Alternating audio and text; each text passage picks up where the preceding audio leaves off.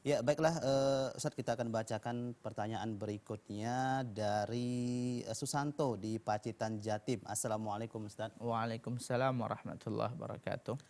Saya mau tanya Ustadz tentang sholat yang ketinggalan ketika ketiduran tidak sempat sholat. Nah ini sama seperti di atas tadi Ustadz ya mungkin. Iya, Gimana niatnya Ustadz dan kapan waktunya melaksanakan dan gimana hukumnya?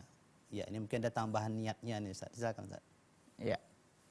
Sebagaimana yang telah kita singgung tadi di atas, bahwasanya orang yang ada uzur ketiduran, sekali lagi ketiduran, dan kita tidak dianjurkan untuk tidur sebelum waktu sholat agar kita ya tidak ketinggalan sholat. Maka dia tersebut ya tidak berdosa karena rupi al-qalam an salasin, ya, pena pencatat amal tersebut diangkat dari 3, diantaranya anin naim hatta yastaiqidh, dari orang yang tidur sampai dia bangun, ya. Sedangkan lupa itu jelas hadisnya, innallaha tajawaza li an ummati al khata' wan nisyan, sesungguhnya Allah memaafkan dari umatku kesalahan yang dilakukan karena tidak disengaja dan karena lupa. Nah, jadi lupa ini dan ketiduran ini merupakan keringanan, sehingga apabila ada orang yang meninggalkan salat karena lupa dan karena tertidur, dia tersebut ya kalau tidak ada unsur disengaja mencari-cari waktu, maka insya Allah tidak berdosa dan wajib dia mengqadha. Kapan waktunya?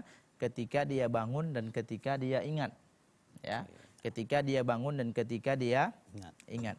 Ada niatnya nggak nih Ustadz? Ya, niatnya sama seperti biasa, niat itu dalam hati.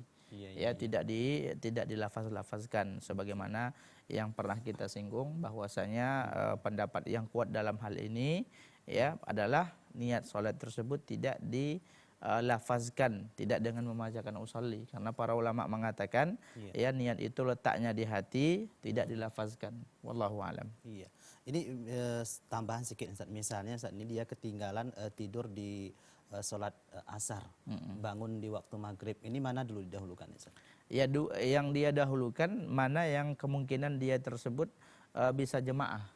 Ya, ini sebenarnya masalah ini masalah yang wasi gitu. Artinya boleh mana saja, artinya boleh mana-mana yang kalau seandainya dia tersebut bangun ya sholat, dia tersebut tidur umpamanya jam 11. Kemudian bangunnya itu jam 3.30. Orang sudah azan atau sudah azan. Kemudian dia pergi ke masjid, ya jumpa orang sedang sholat asar. Maka apa yang dilakukan? Dia ikuti jamaah. Ya, ikuti jamaah, setelah sholat asar baru dia sholat zuhur. Demikian. Wallahu a'lam.